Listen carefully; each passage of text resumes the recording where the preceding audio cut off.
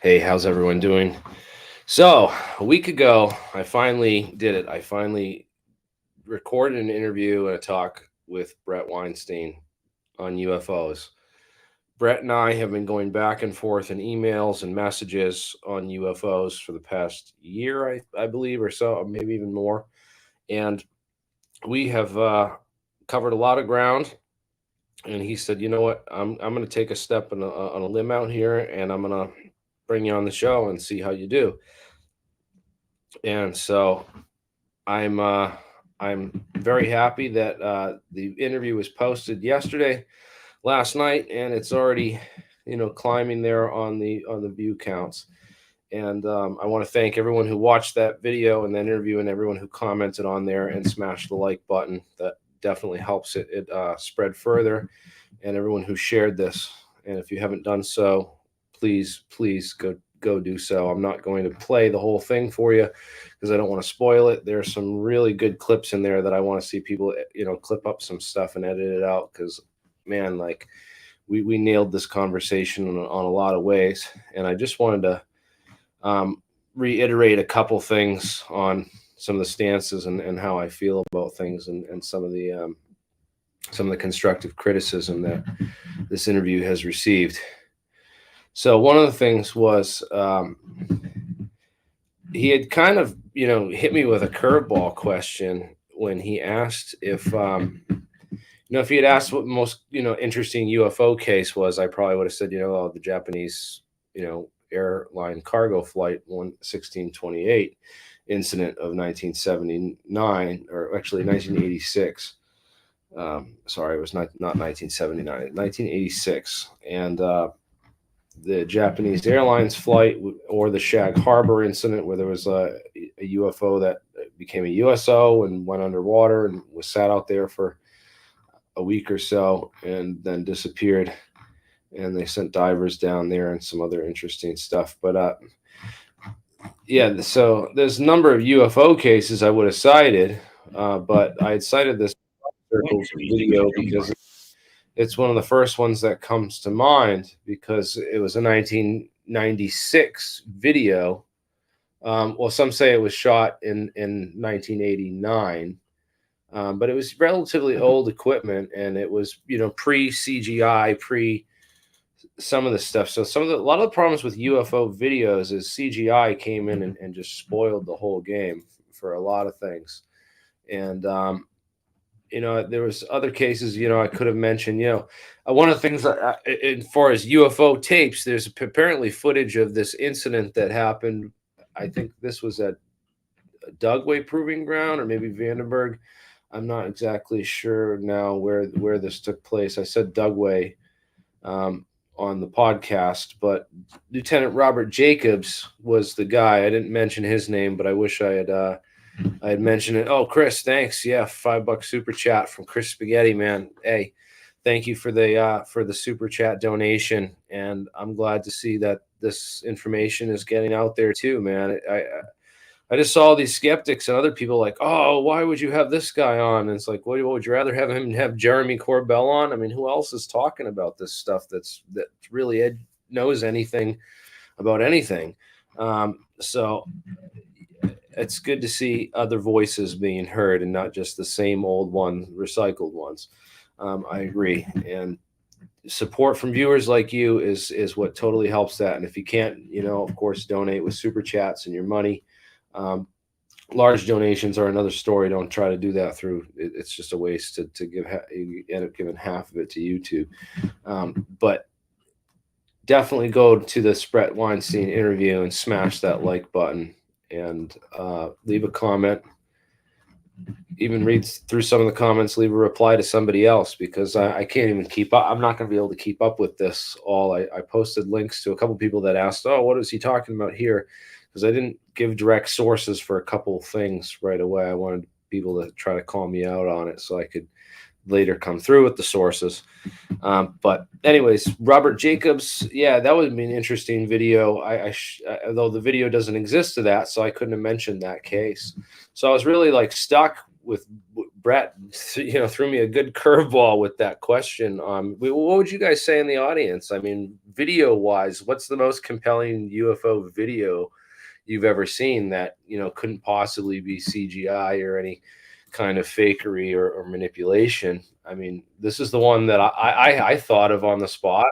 A couple people criticized me for saying this crop circle video, but I remember seeing serious reporters talk about this one back in the day, and the fact that it was made in 1996, so it predates a lot of the CGI or other technologies that were alleged being used. I mean, not really totally. I mean, they had Jurassic Park. They had some crazy video editing stuff. So maybe this possibly could have. Oh, Colin Grant coming through, man, with $100 super chat, man. Awesome, awesome, brother. Thank you. Yeah, this is a milestone in the game. Now that I've been on Bret Weinstein, he asked me about Joe Rogan. Rogan really can't ignore me anymore at this point. I don't think, and he definitely can't ignore me after I play this clip. We're gonna play a clip right now, and I'm making sure I can share the audio on this. So, everybody listening, this is a clip of Joe Rogan I saw on YouTube the other day, and this is quite startling. So you're too dumb to know who's stupid, and unfortunately, that's where I find myself. And the only people who really know are the people that are working at Harvard, and none of them are talking. And I wouldn't talk either. And none of them are talking. And I wouldn't talk either. Are the world's governments manipulating the weather and creating huge zombie freak storm? I'll tell the government right now. Tell you right now, if you're listening, NSA, CIA, I'm available. Okay, if you show me all the real wreckage, I swear to God, I will make fun of that crap to the end of time. I'll make up stories. I'll lie to my mother. I don't care. You show me a UFO, I'll lie to my mother. You're too dumb to know who's stupid. And well, as could you hear that all with no echo or anything? That would be pretty crazy. I know he's of course just kidding and trying to make a point with this, and I'm not trying to defame or use this against Joe Rogan's character. He has done a lot for disclosure and trying to get the word out, but I think that maybe he's been stuck or taken for a ride with this Bob Lazar stuff. I'm not really sure what's going on with it all, but he definitely is good that other voices are reaching these bigger channels, and that maybe now guys like Lex Friedman, what's up Lex, and Joe Rogan can maybe start taking this channel more seriously. I hope. Well, anyways, I don't know. Did you guys think I did a bad thing of I haven't seen anyone in the audience come up with it, and I even challenged the person who made that comment. I mean, really, video wise, what will be the better case? And they were suggesting the Nimitz video and the Nimitz encounters.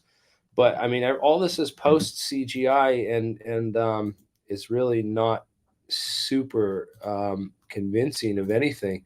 I just want to point out that if we did declassify the Robert Jacobs office video, he alleges that he watched video of them shoot down a missile during an ICBM test, that this UFO came out and shot down the missile and then took off and disappeared, and that he saw the video, that the government has the video, and some progress, I guess, has been made on this. I don't have the documents in front of me right now, but someone posted about this on UFO Twitter recently, that FOIAs were filed, and they're starting to get maybe some information back about where these files might exist to try to get them released. But I just wanted to point out that I don't know. I just wanted to say this. It was a very good question on Brett's behalf of this, and also the UFO Haiti. This is what I remembered now. I wanted to share, right? So UFO Haiti, the epic this was an epic fig that somebody did.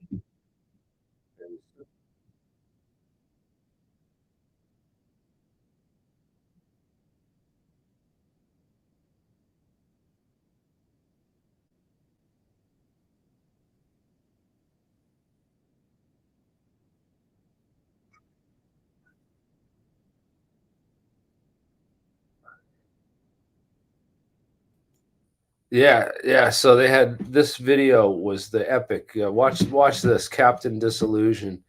Um, this video 15 years ago. So this maybe predates some of the newer viewers who are too young for this when this came out. All the 20-year-olds, you were probably 5 or 6.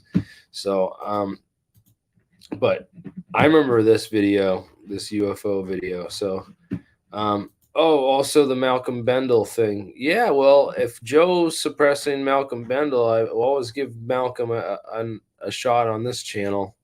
This is what this channel's here for. It's a sounding board for those type of people who think they have better theories than the standard model, alternative theories to the standard model, better physics. This is the spot for that. So here's some dollaroos. Oh, thank you, Bobby Lane. I think you made some great points, and I was glad to see you over there. Heck yeah, man. That was awesome. I saw your comments on there, and you're frequent on this stream, Bobby. So thank you for that, man. That was awesome. Yeah, Malcolm Bendel's another story. That was the Randall Carlson stuff, right? And yeah, is Holloman Air Force Base White Sands, right? That's White Sands. Well, apparently, yeah, the machinists there got some of this Roswell material too, and they tried to drill through it, and it would burn out all their best titanium bits, and they couldn't quite figure out what was going on with why they couldn't cut through the material. But that might have been something else. All right, so another comment that people left on here that I wanted to address, right? Another question, right, was the issue of whether or not the Kevin Kremeyer technology, which we talked about, right, would work to eliminate sonic booms. And I just wanted to point out that it says right here in the profile, right here in the patent, a density profile taken at the time corresponding to the time indicated in figure 11, showing the change in flow as the cone flies through the low density quote unquote tube that's been created by this laser being a directed energy weapon blasting all the air out in front of the craft, right? Its significant reduction in bow shock with its associated wave-making drag and sonic boom, as well as strong bottom repressurization, removal of bottom resistance, and its bottom. It suggests an increase in propulsion effectiveness of exhaust products in. And it's kind of interesting that they say, oh, well, you can't, there's these people saying that they work in aerospace and that they were rather bored, or that they laughed through the first 44 minutes of this. And wow, man, I want to know who you guys are, because I want to interview you on my channel, and if I want to meet the guys, because I watch History Channel and those shows and stuff on UFOs, and I'm like, I want to pull my hair out. It's total cringe. So if you're watching me and you think it's cringe and you have better information, then I want to listen to you 100%. And I want to be put in my place. But I don't know. I may be making an error here, and correct me if I'm wrong, but just because you don't find evidence of it or in the scientific literature, I mean, you don't find videos of these supercavitating missiles tests out there. You can't find anything really on it. There's very little information, but it doesn't mean this research doesn't exist and this isn't going on. It just means that it's classified and you won't find information about it like readily available on anywhere on the internet. And if you do, if they do, then chances are you're going to get a knock on your door. Because it doesn't belong out there in a lot of cases, because they don't want it out there. And that's why it's not discussed by Jeremy Corbell or any of the mainstream people who are talking about this. Well, Secure Team 10, man, I'm going to give Tyler some props, man. People want to call him out for the Ken Insider video with the voice mod and stuff. And, I don't totally hate on the guy for doing that. I thought about doing stuff like that back in the day when I saw like how much attention Bob Lazar gets as opposed to the real science and technology videos. And I was like, man, if I just made up a fake insider, I could somehow, use it as a vehicle to sell real information. Would that be worth it?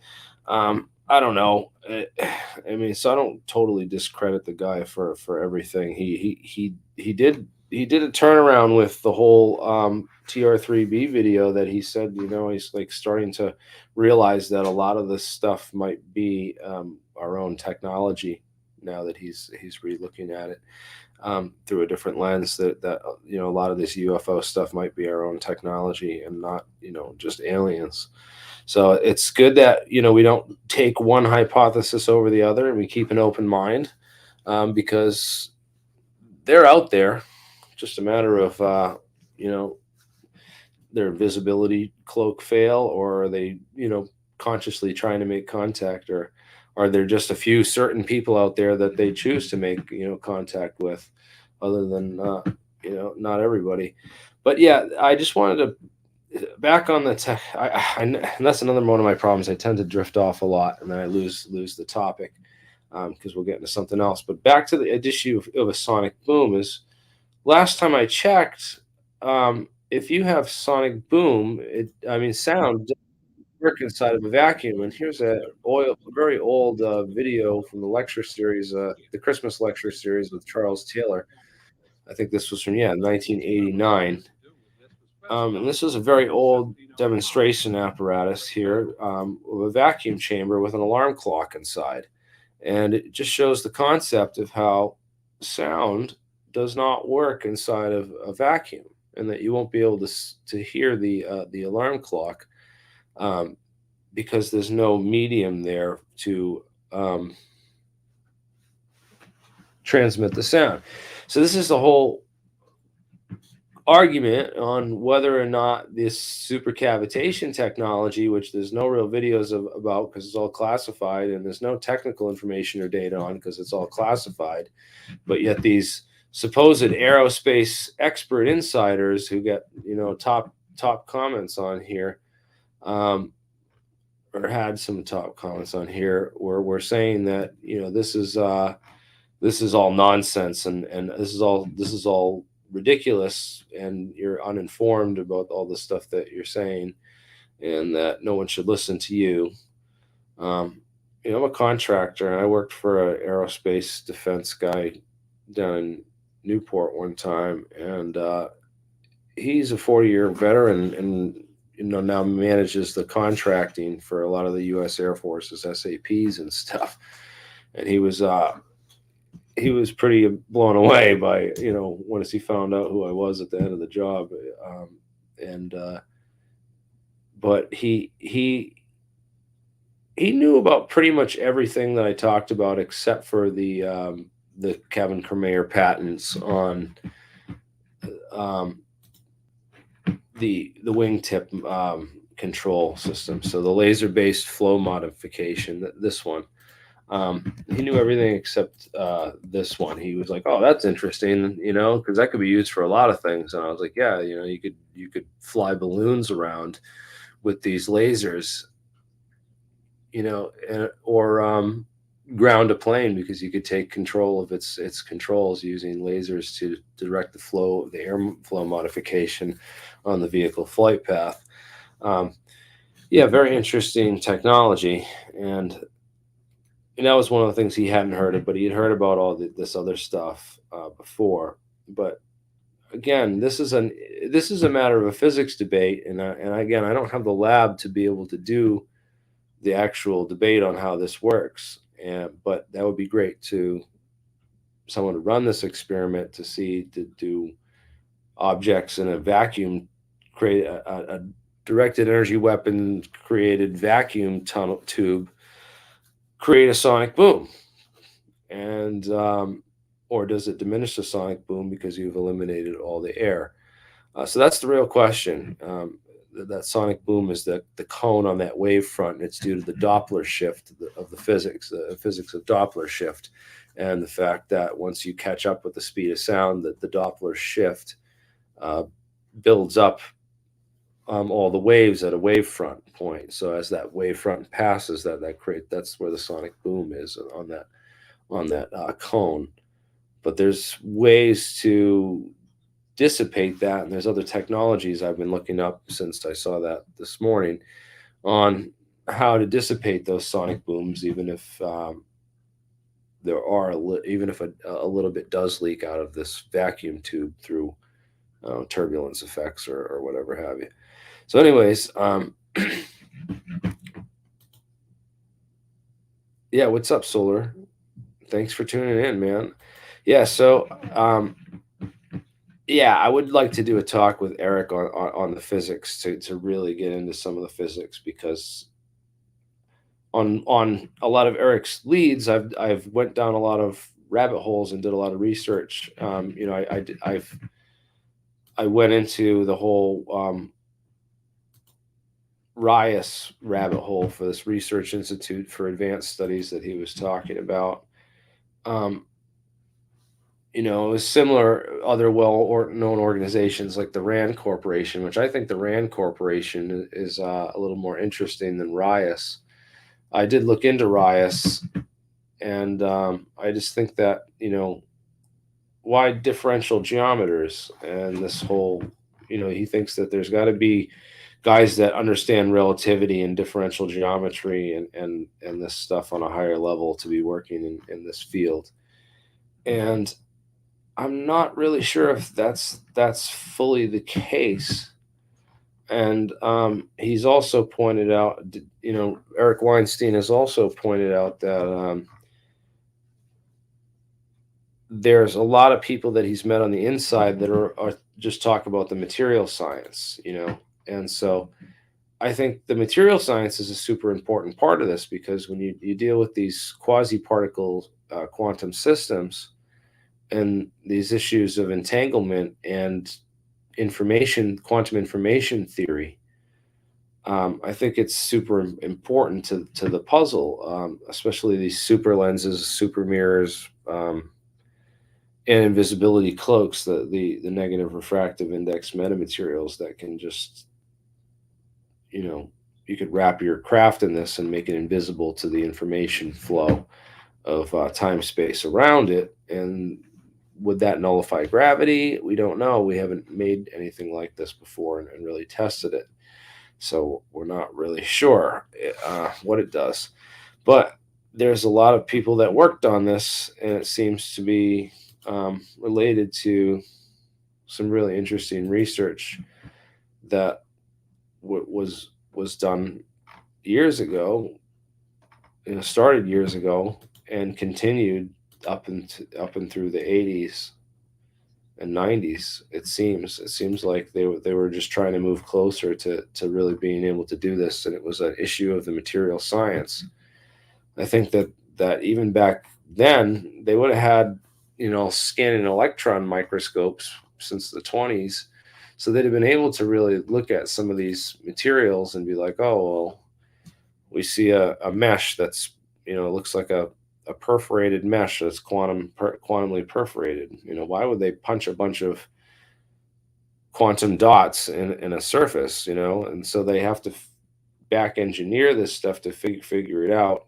They don't really understand the physics fully, and why everything's nano engineered to this complexity.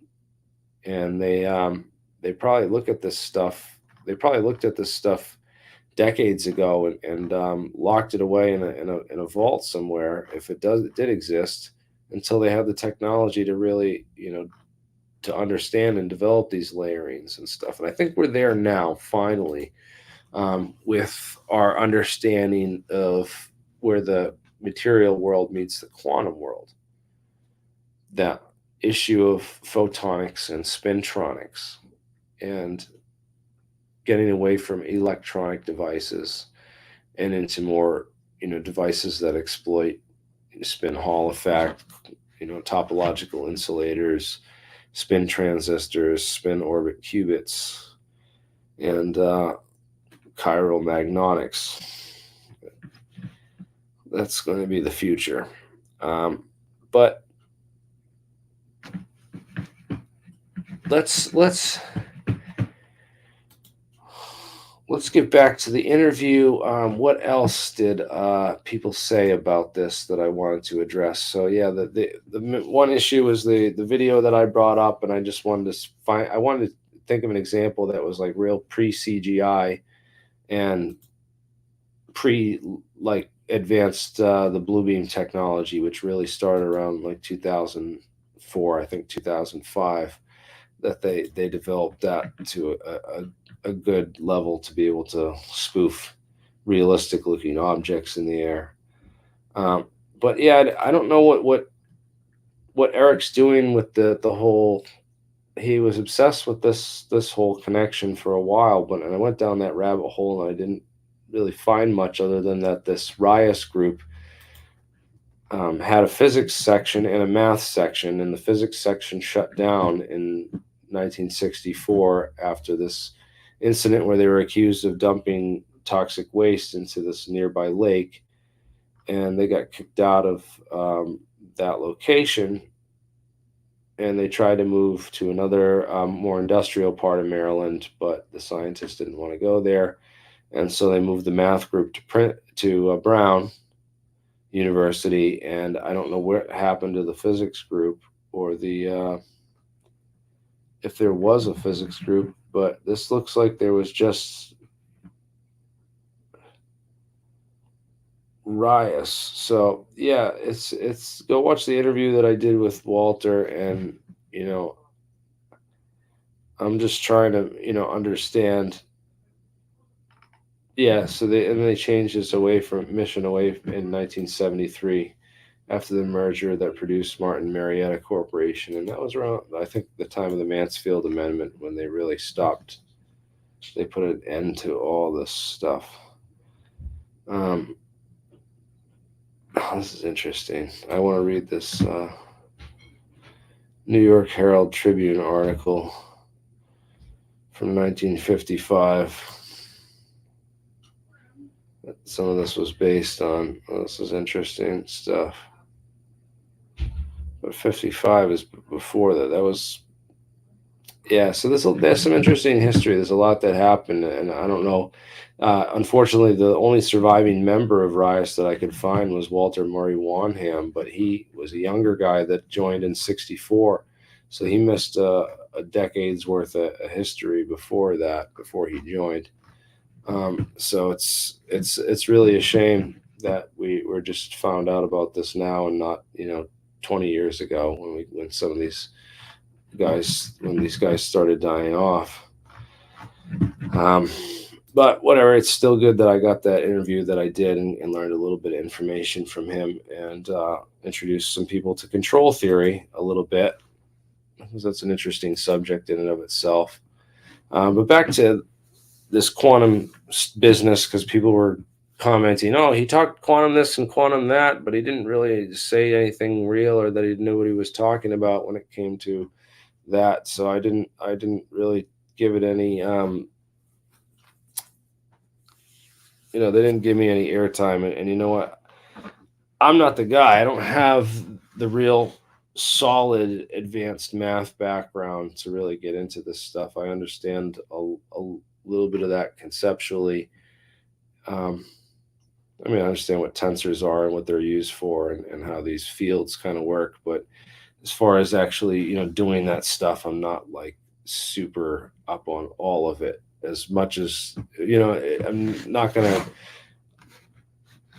pretend that I'm as good as some of the people that I in my circle or that I know or that I brought on this show, and I would be happy to set up those conversations with the right people that can really speak to this on that level, because I know them, and I make it my business to find those people and try to learn as much as I can from them and share their work with others or communicate that information with the audiences that I think it should get to. Regardless if I fully understand all of it or not, I bring it to the people that can, and bring it to the table. So that's sort of my position in this, and but I do know a lot about. I just have an innate sense of a lot of this physics stuff, and I did really well in physics in my school and college. So I always could get through all the math and do enough and know and understand the physics well enough that I could solve the math problems, or at least knew a lot of the tricks to be able to get through the math. But anyways, a couple things I didn't mention in the interview, and I don't want to make this about me. I want to make this about the physics. And we all should be learning as much physics as possible. And there are people on all different levels of this game that I have to deal with. I got people watching that are like, calling out, Ed Witten and or something, and watching this. And I have people that are like, I don't know any physics at all, and I don't know what you're talking about, and you lost me. And I was here for the aliens and the UFOs and stuff. But yeah, I don't know. There's all levels. So and I want to get into this. The photons and electrons. Photons can produce electrons and positrons out of the vacuum by this bright Wheeler process. And this is important because it basically is a quantum information theory that we can reduce everything to waves or photons and then pull it back out of the vacuum potentially in this form. So this has a lot to say about quantum processes, and then you get into what are meta-atoms. Well, meta-atoms are metamaterials with interacting meta-atoms.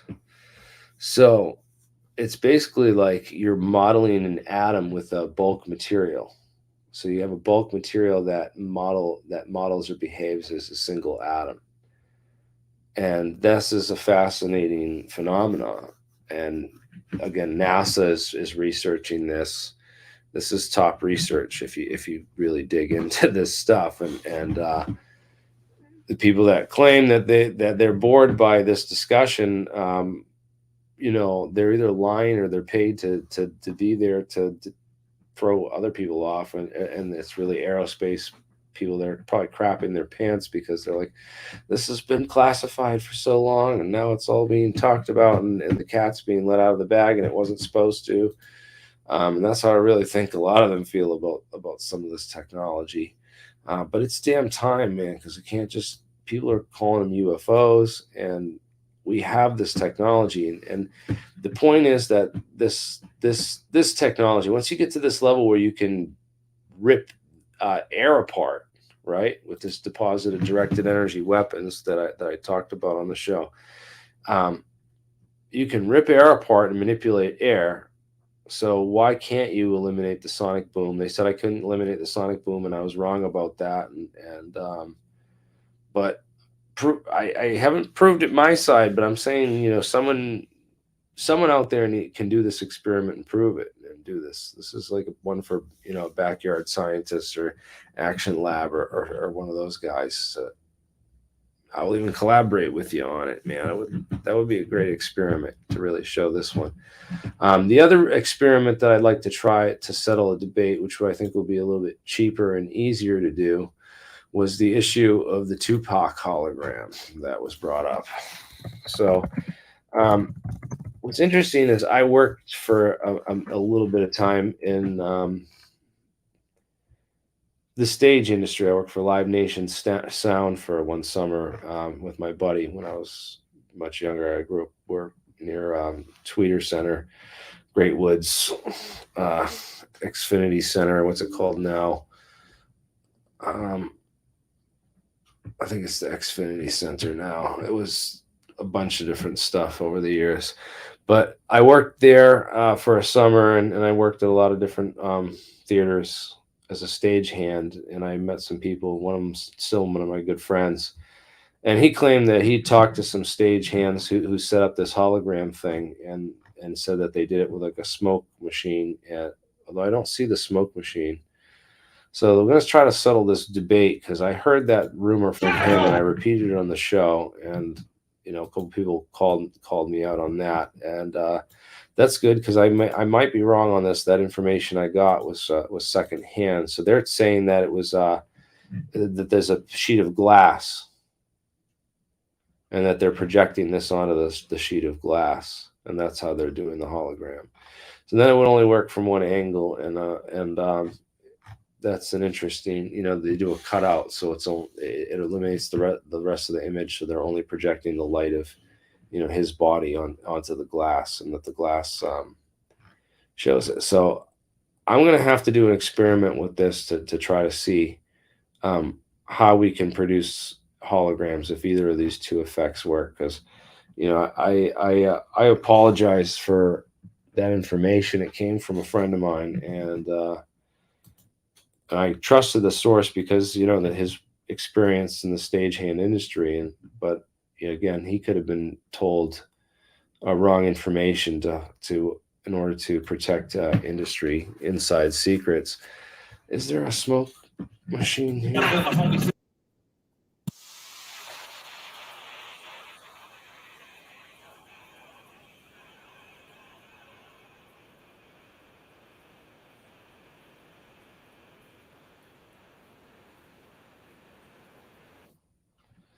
Yeah, so it looks like the other way they could,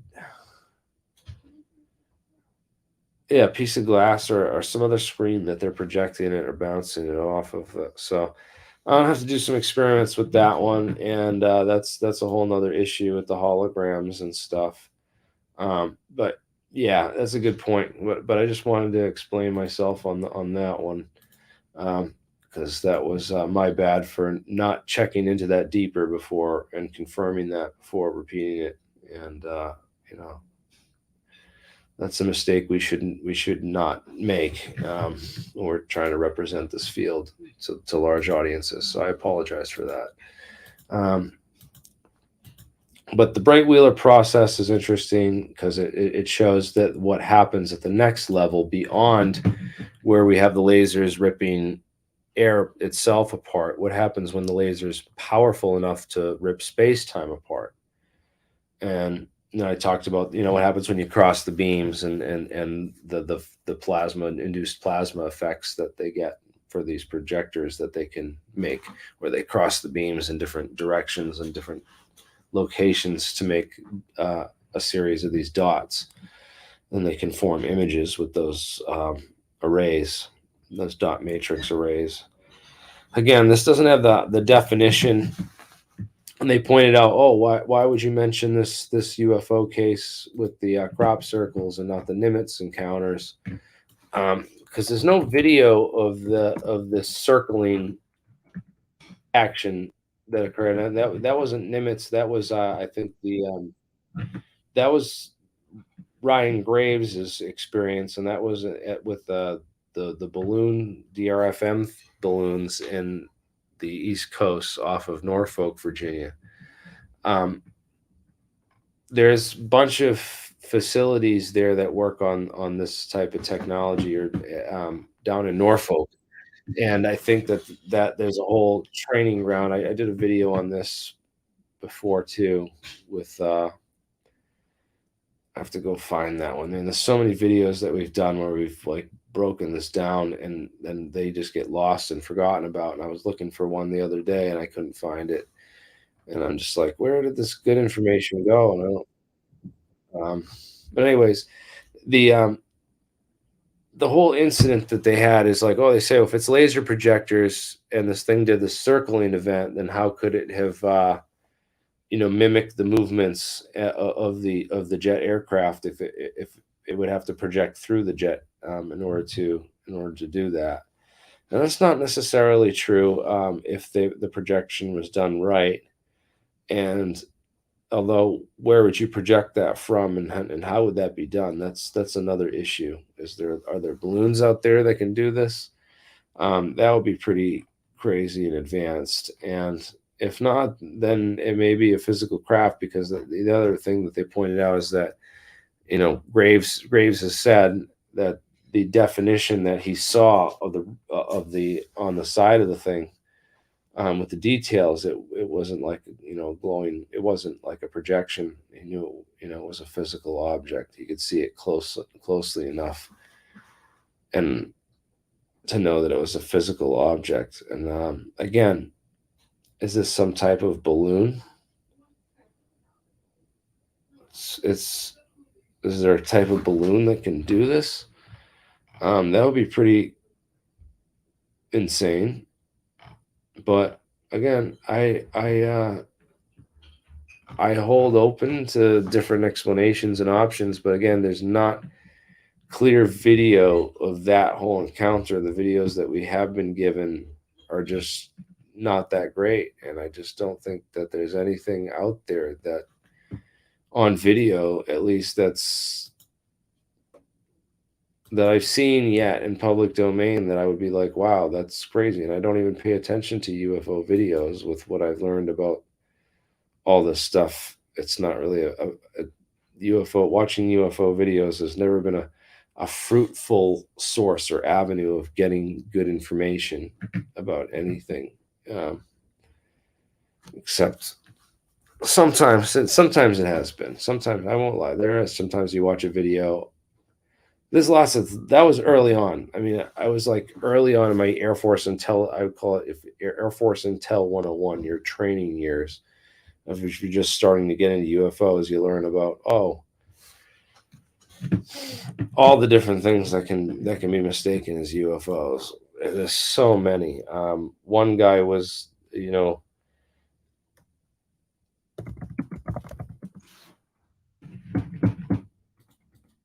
thanks, man. One was a video no one could explain, and it ended up being we ended up identifying the skyline and where it was filmed and figuring that out.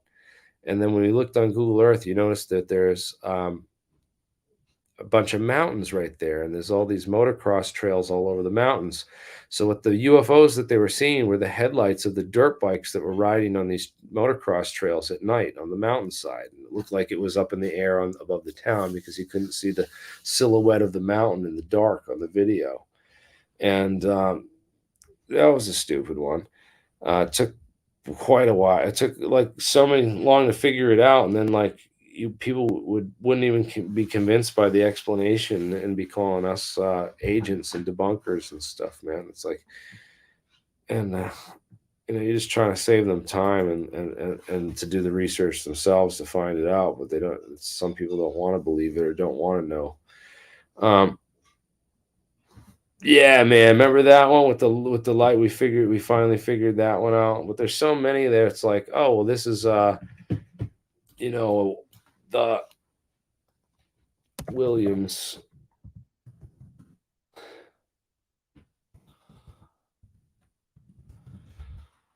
So the Williams platform. This would be one example. This thing, people were playing this videos of this thing were circulating forever, being like, oh, there's some alien flying thing around, go these ghost riders and these videos were going around like crazy until someone was like, oh, I figured out it's this Williams aerial systems platform, this Williams XJet or WASP, this VTOL platform that was developed by Williams from an F-107 turbofan aircraft engine, that they just basically strapped a platform to this aircraft engine and set some controls on it so they could maneuver it around. The thing would only fly for a little bit, and it was loud as absolute hell. I mean, it'd make you go deaf operating it. But it was cool as hell for back then. I mean, this was years ago, and these were UFO videos way back in the day of that thing. But you think of all the things they have now, guys on jetpacks that have been flying around, that stuff. Really interesting. And a lot of these other platforms that were created, they're like giant fans with a platform on top.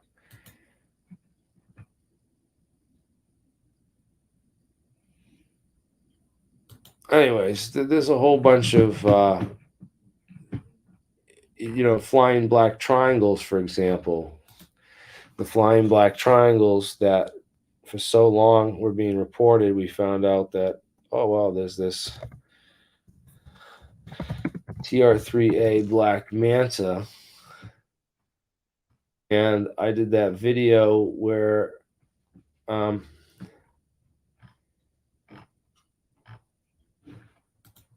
it was under San Diego Aerospace Museum. It had been up for 10 years and no one knew it was there. And then they finally found it with the Ryan Aeronautical. I don't even know where to find that video now. It's well hidden by YouTube search algorithms, apparently. But yeah, the Teledyne Ryan, if you look up, you might have to look up Teledyne Ryan Black Mana. Yeah, this one. Yeah, so these black triangles that we were all seeing around and that were being filmed and videos of, apparently Ryan Aeronautics Corporation was building and testing these drones out in the desert. That's a little parachute and recovery system. And there are these little single turbofan, really quiet things. You know what? I'm going to present this.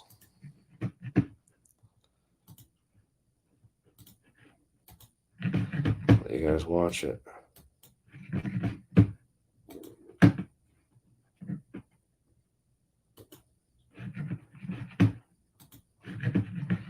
Does this have sound?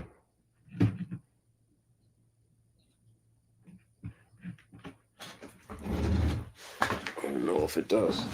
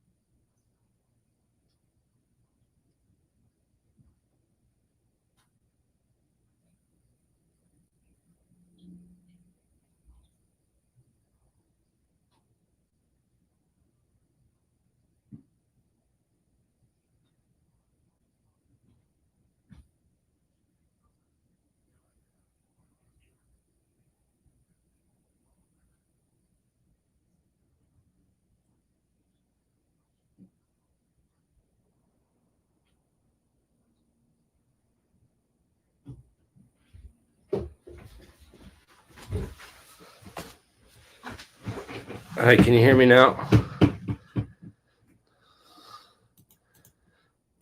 Sorry, I was trying to get the sound working and I thought it was my thing, but I ended up disconnecting. Anyways, yeah, this black triangles were mistaken for all kinds of stuff and caused an enormous amount of issue in the UFO community. But I'm pretty sure they might have been ours, toy models for the original designs for some of these later craft that they were turned into drones. And this thing eventually became the SR-75 and other craft, which is, interesting in and of itself. But anyways, yeah, Bret's awesome, guys, and shout out to Bret and Eric. They're really awesome people, and they're really on our side in the quest for truth and in the quest for exposure of these subjects. And people also, there were some critics too claiming that, oh, Bret didn't talk about he did this week thing. He was going to get into conspiracies, but he didn't mention 9/11 at all. And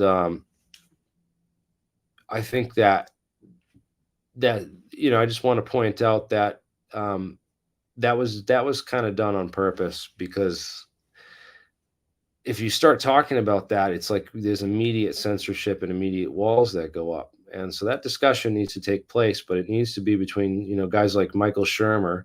I've already had the debate with Mick West. I'd be happy to have it with him again, with the information I've learned since that last debate. But I'd be happy to have the debate again with Shermer now. And I think that would be the place to do it. And I want to reassure people that if we do get this set up on the Dark Horse podcast, we're gonna. I mean, Shermer agreed to sorry, Bret Weinstein agreed to ask Brett Shermer to come on. I mean, Michael. Bret Weinstein agreed to go ask Michael Shermer to have a debate over this with me on, and he hosted on his podcast. Okay, so this is big, because if Shermer now declines that, that would be interesting. But also, if he agrees to do it, then it's going to be on, because he's going to have to really do his homework. And I think if he does his homework, he probably won't agree. I don't know. It's going to be an interesting one to see. But this is where people can see that evolve, and maybe we'll see. We'll see if we can get. He said if Shermer doesn't agree, we're going to try to get another skeptic, because he's not super researched on the subject. He's certainly open and interested in other conspiracies now, since the whole COVID thing was being exposed, and he's done a lot to interview the doctors and scientists who worked during and through the pandemic, to really expose the crap that and the psyop that happened with the COVID pandemic, and how doctors were incentivized and manipulated on an individual level to go along with the narrative in order to protect humanity supposedly from the virus, but where the protection was to give these mRNA vaccines, which were a hasty planned solution by a select number of companies, which should be heavily investigated. Moderna's like Monsanto, that was created just before the pandemic by a bunch of billionaires that are just like all tied to this. And it looks like what happened with Pfizer and everything that got exposed with Pfizer on Project Veritas and everything else everywhere else. It's with the Pfizer document dump too that happened. It's been damning to the official narrative, and just to show how the media and even doctors, even educated, trusted experts, can be manipulated and thrown for a ride. It's really opened his eyes to a lot of other possibilities, including, what's in some of these other conspiracy theories out there. JFK is, of course, a big one. We talked a little bit about that because that's a safer one. And I think a good first step towards disclosure of these other deeper conspiracies. But, those of you who are familiar with my work on the subject of 9/11 know that I will debate any skeptic, and that skeptics run screaming with their tails between their legs from my research. And this would be a great opportunity to really, flush this out, if this could be the time and place to do so, because we're really running out of time with these people, and if this isn't really exposed and people don't wake up to really how bad it is and how many people really need to be prosecuted in this country, I think it's going to be bode badly for the future. So yeah, I think that this is a good time for this to come out, and I would love to do some tinfoil hat podcasts with Sam Tripoli, dude. Yeah, that would be great, dude. Yeah. So we didn't mention it on purpose because I was like, they'll take down your channel, and I've been warned about this by YouTube insiders and people who work on this, that if you mention it or talk about it, it's going to really affect the viewership of this. And our job is to really hit the nail out with the UFO subject first, and really blow all the normies away with that interview. And then once they start, if they want to dive into my work further, then they can find that stuff on their own. It's out there. I'm not taking it down until someone debunks it. Anyway, if someone can debunk it all and show a video, that they can release a video with like screw loose change, but where they can actually really nail it and blow me away and show me where I'm wrong, then I'll take my stuff down. So Yeah, it's crazy what happened with the medical community and the insurance companies that run the medical community, and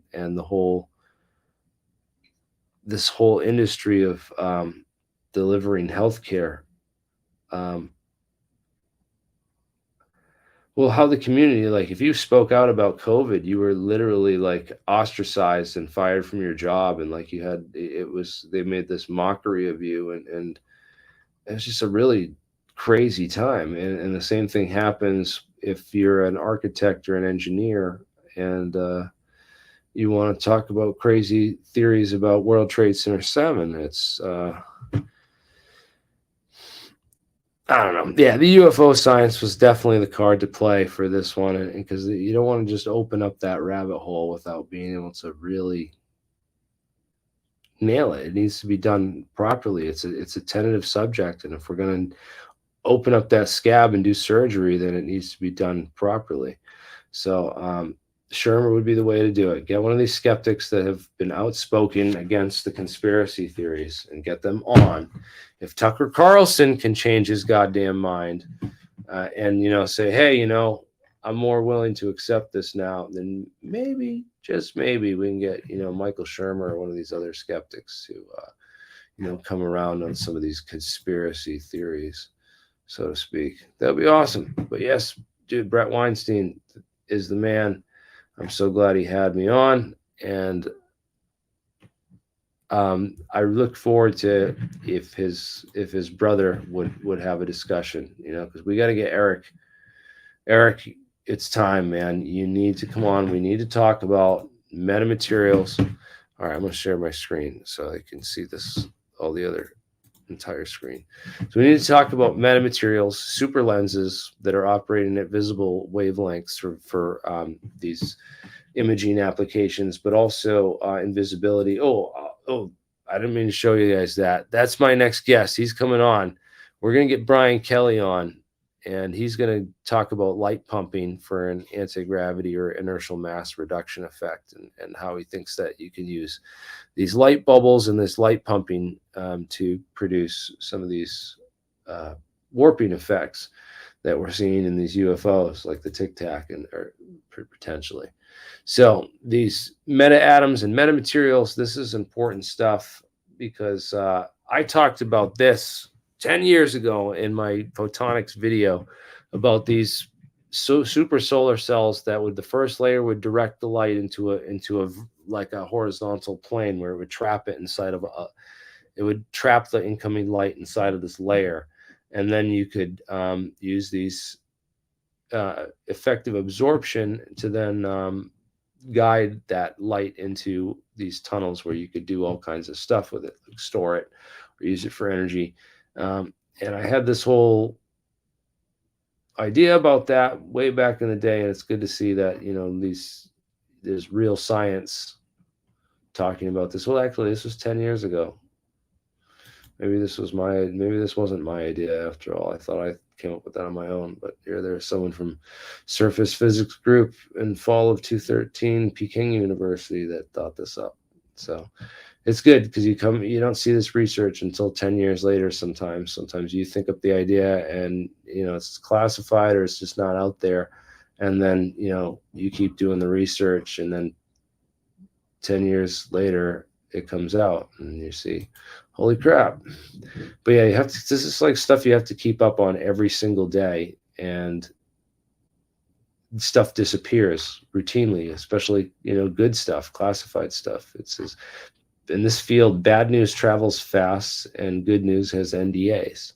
So if you want to keep current, you really have to be on it every single day and keep track of those things, and know which technologies are the kind of things that are going to disappear, or you're not going to hear a peep about in 6 months.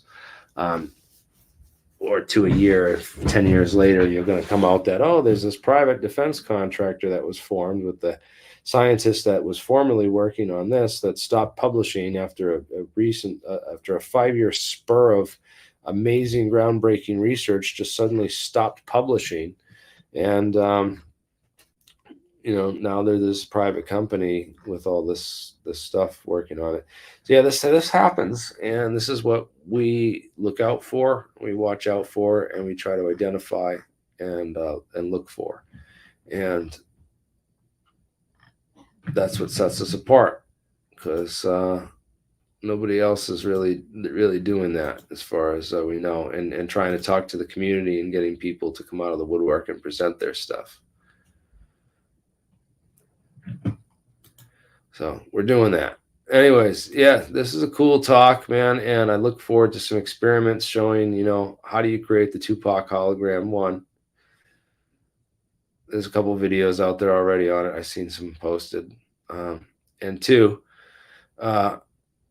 does the supercavitated, these things traveling through a vacuum thereby eliminate the sonic boom? Does it still create a sonic boom, or is that eliminated?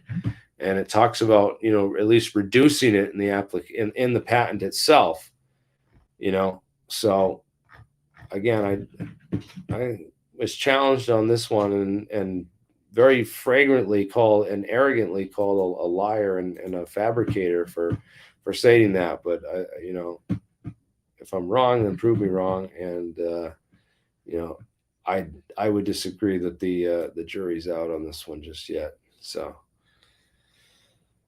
In any case, yeah, stick with the science, and thank you for all joining, and smash that like button. And yeah, Shermer might be a waste of the time, dude. Honestly, Eric or Joe would be a much more fruitful or useful conversation. Eric is, at least he's got a lot of capital people behind him, with Theo Capital. So he's at least expressed interest that, if we come up with something and we find something substantial that's worth funding, then holy hell, we got the money guy to back us up right there. And if this is legit, then he's the guy to run it across and bring it out. So I think that is this is super awesome. The potentials have just opened up, and everything on the horizon. This is just great. So, it looks like we're streaming on Bernie's too, and Bernie just jumped on. I'm going to open it up for the StreamYard guys. If you guys want to jump on and just hang out for a bit, make sure you have a camera, not letting anyone on that's not a real person and doesn't show their face. Yeah, if you want to have a little after party, I was just topping on quick to say congratulations. That's a epic interview to do, and opening it up to more people, and that the narrative is finally collapsing. And it's a joke. Like, the U.S. just ended, what up, Simon? Their hypersonic development program, and it's like, well, Russia and China are already deploying these things, and NATO doesn't even have it. It's scary times.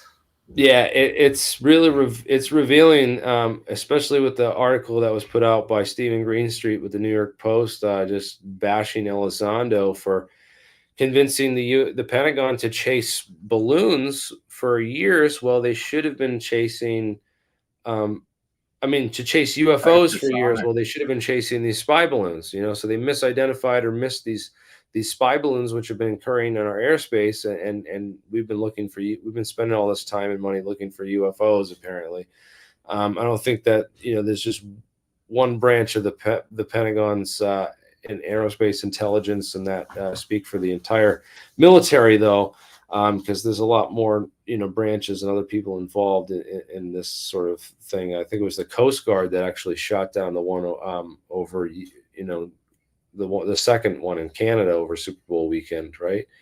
I thought it was or was he? Yeah, and they couldn't even recover it, even though it went into the Great Lakes. And then there's the other ones in Alaska and Yukon and stuff. Like, whatever happened to that? And the it was done on purpose, man. Original reporting. It was like it's also a distraction, because they're like, oh well, we need money to protect from these spy balloons, and and now they got everyone interested in UFOs. They can take all that attention away from that and kind of get some attention from a real subject. and try to shut down the some of the discussion on UFOs, or at least make sure the discussion's never about the technology. It's always about this.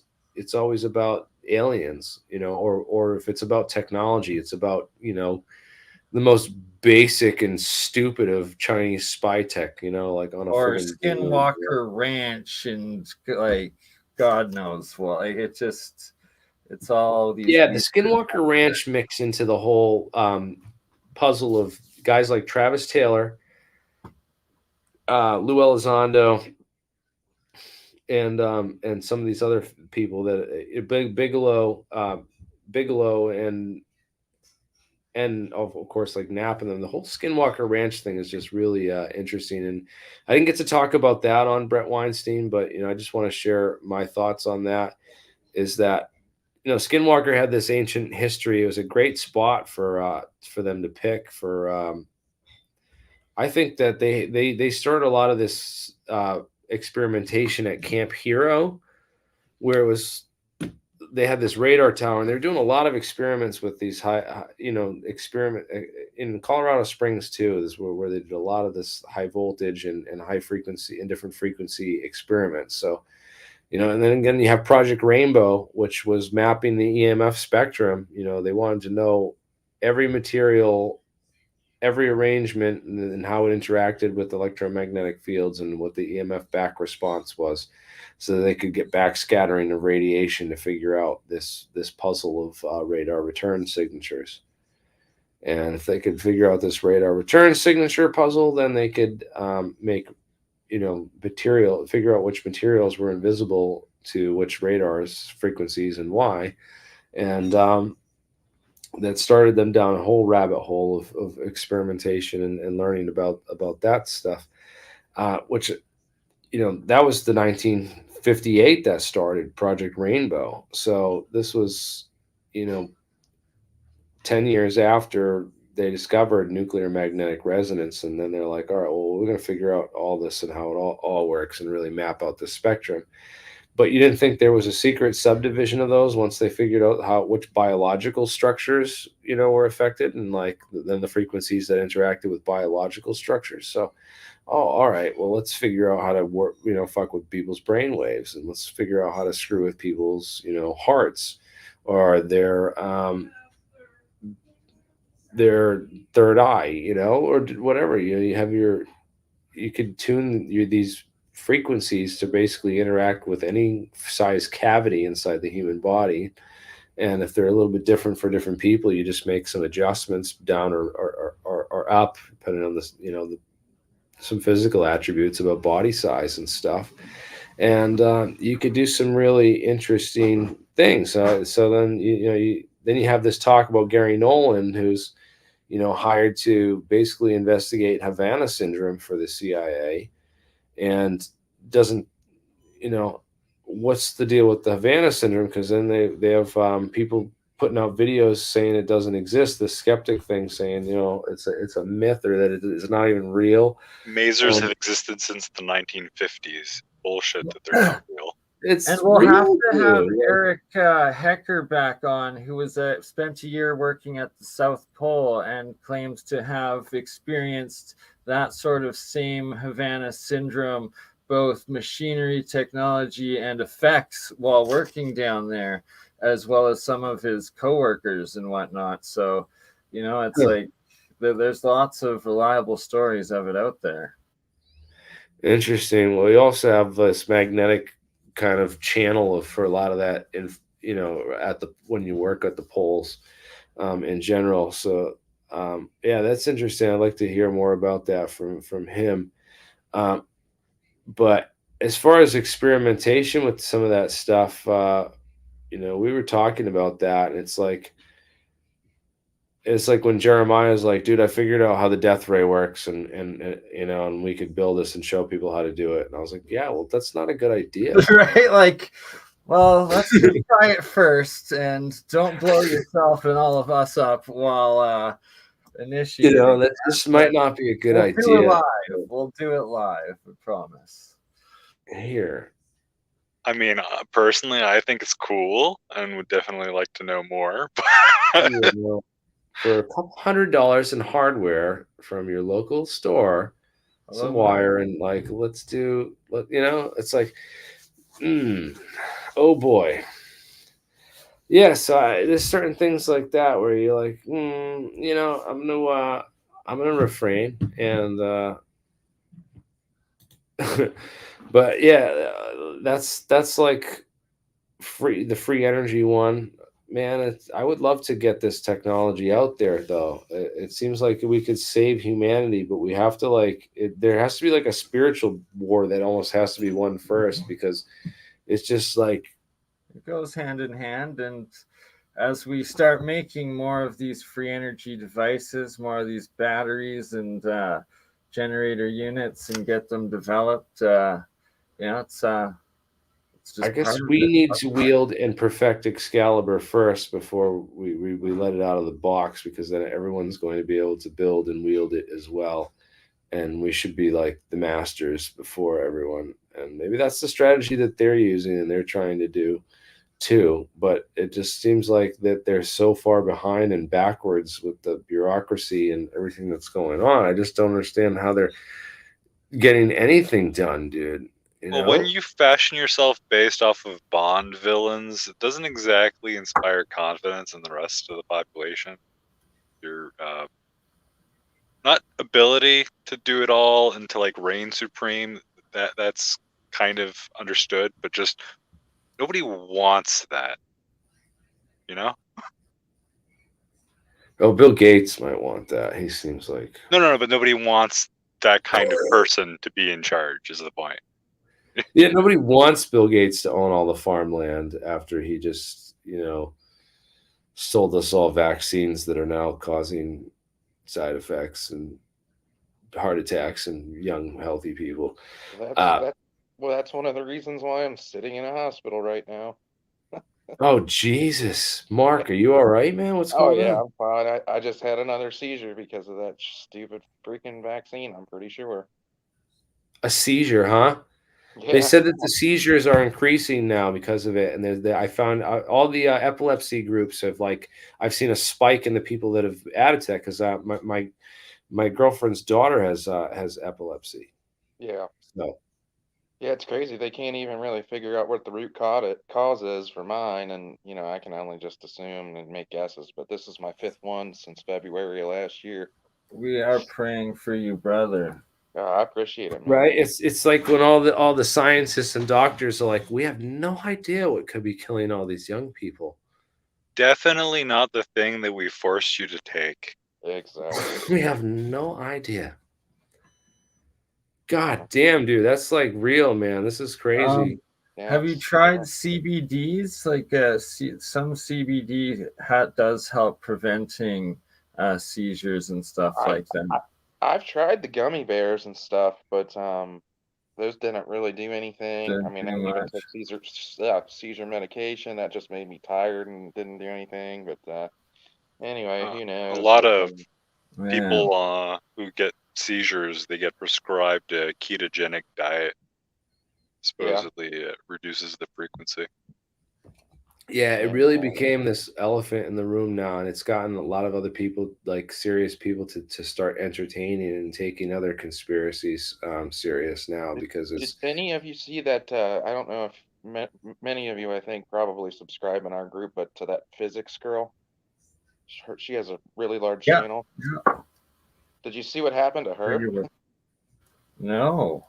Oh yeah, if you go to her latest video, she's had, I guess, long COVID after getting a vaccine, and she's been in bed. Can't She hasn't been out of bed in almost, I think, 5 or 6 months, and like Damn.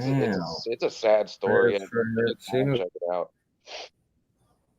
Yeah, and a lot of these people, they can't get the word out because they're not large creators like this. So, Right. like, who knows how She many has. people are silently suffering listening to this very video.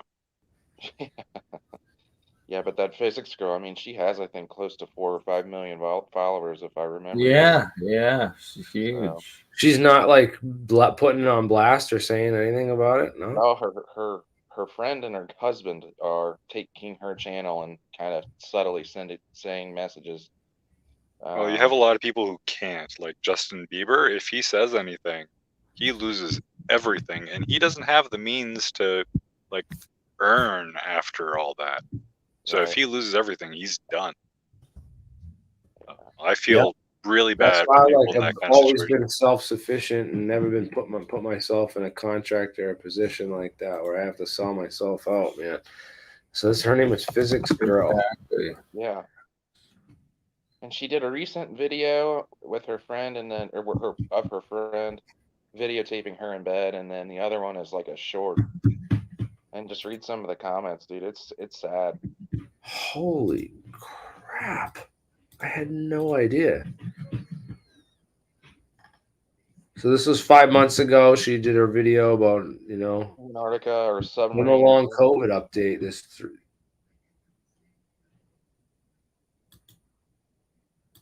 Yeah, yeah. I think with the spat of all the journalists who've been collapsing on air, and who knows how many off air, I think that might be a big part of why they're starting to actually talk about it, because they see it's affecting them.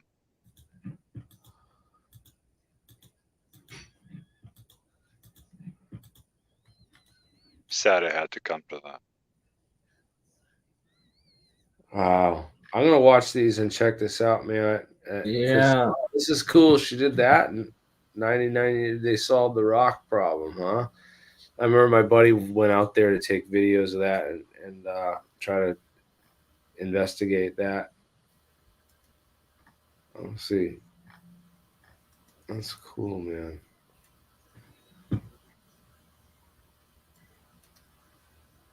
It's not just America that's being hit with this kind Yeah, of the stuff. whole world, Yeah, right? There's Like, nowhere to go. Yeah, huh? God damn. Well, we'll have to. Yeah, I didn't mean to bring up that subject because I know it's Yeah, touchy. man. Well, no, it Right, doesn't. but- People got to deal with it. gotta Dude. exactly have That's to it, get man. the truth out there and the testimonies and the stories, right? Like, Look, there are it solutions, must be known. it's sad to say it, man. It's sad to say what's going on, but the people behind it are just it's diabolical, man. How you use your millions and billions of dollars to depopulate the planet instead of going after the technology which can get us to populate the entire solar system, man. Like, there's so much room on the moon and Mars and getting off this planet, and I just don't understand why these billionaires want to depopulate the earth if that's what they're doing, and they want to kill everybody, and just keep it all for them. I don't know. Maybe it is. I just don't get it. It's I mean, idiotic. It's insane. Bill Gates is a depopulist. I mean, that's definitely, I think, one of his underlying agendas. And I don't know who the other main people would be, but it's just, yeah, it's scary. I mean, Well, if we're actually taking it seriously and saying this is what is actually going on, then we can search for solutions and help people at least right. lengthen or improve their quality of life. And then the other big thing is the AI is right around the corner. I mean, it's probably. Yeah. I mean, it's everywhere already, but I think it's just gonna exponentially. Right when it reaches that one point, and then it's the people that currently abuse AI right now. It's like, I pray for your souls, because it's not gonna like you, but be nice, and maybe we have a chance. Right. Oh man, that's a story for another day. Well, it's about 9:30. I'm gonna jump off here. I gotta wait for my nurse to come in. But I'll thanks for letting me. Pleasure with you, Hope Mark. y'all take care. Get well soon. Thank you for sharing your story, man. Get better, Mark, please. Thanks, brother. See you guys. Much love. All right, guys. Well, Yeah. I'm gonna wrap this one up for the night, and I love you guys, and thank you so much for all the support. From if it weren't for you guys, I would never have gotten this far, and You guys helped me get here. So one up to you guys, man. We did it together, and this is only the start, man. We're gonna shut down Jeremy Corbell and get more Jeremy Riss on these big podcasts to lay down the law on some real UFO truth. Keep up the good fight, and we're going to get some good questions to Congress. I got that whole Battelle thing out, man. I got to call out the whole national lab scandal where they're managing contracts, where they're literally able to co-opt any technology that dares come out to save humanity. We're fighting the globalists on a tech war. It's an information war, and we're not going to win it without, more people like you joining that information war. I rely on you guys for a great stream of awesome information. And Brian Kelly, dude, we got to make that schedule. You got to come on and give this presentation, because we want to see that. A lot of people are looking forward to that. So stay tuned. We're going to get Brian scheduled for the next 2 weeks here, and we're going to get him on to give that presentation on how he thinks pumping light can be used for anti-gravity or inertial effects. It's going to be epic. And Brian Kelly, he posted a lot on Twitter too, I believe, a lot of his research. Yeah, follow Brian Kelly on Twitter. It would be that same cloud picture for his image. Yeah, go check him out, guys. Lastly, I want to say I'm about to go live again with Paranoid American after this in a half hour. Going to do some occult deep dive, as well as AI imaging and how to use it, and some of the graphic designs he does and all of that. So thank you for having me on, Jeremy. Once again, absolutely epic interview podcast there with Weinstein, and I look forward to many more.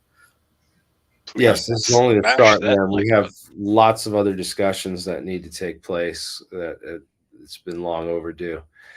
This is great. All right, guys. Thank you all for watching, and I'll catch you on the flip side. I'm gonna just end this on my channel. Yeah, no, I ended on all. We're good. We're good. All right.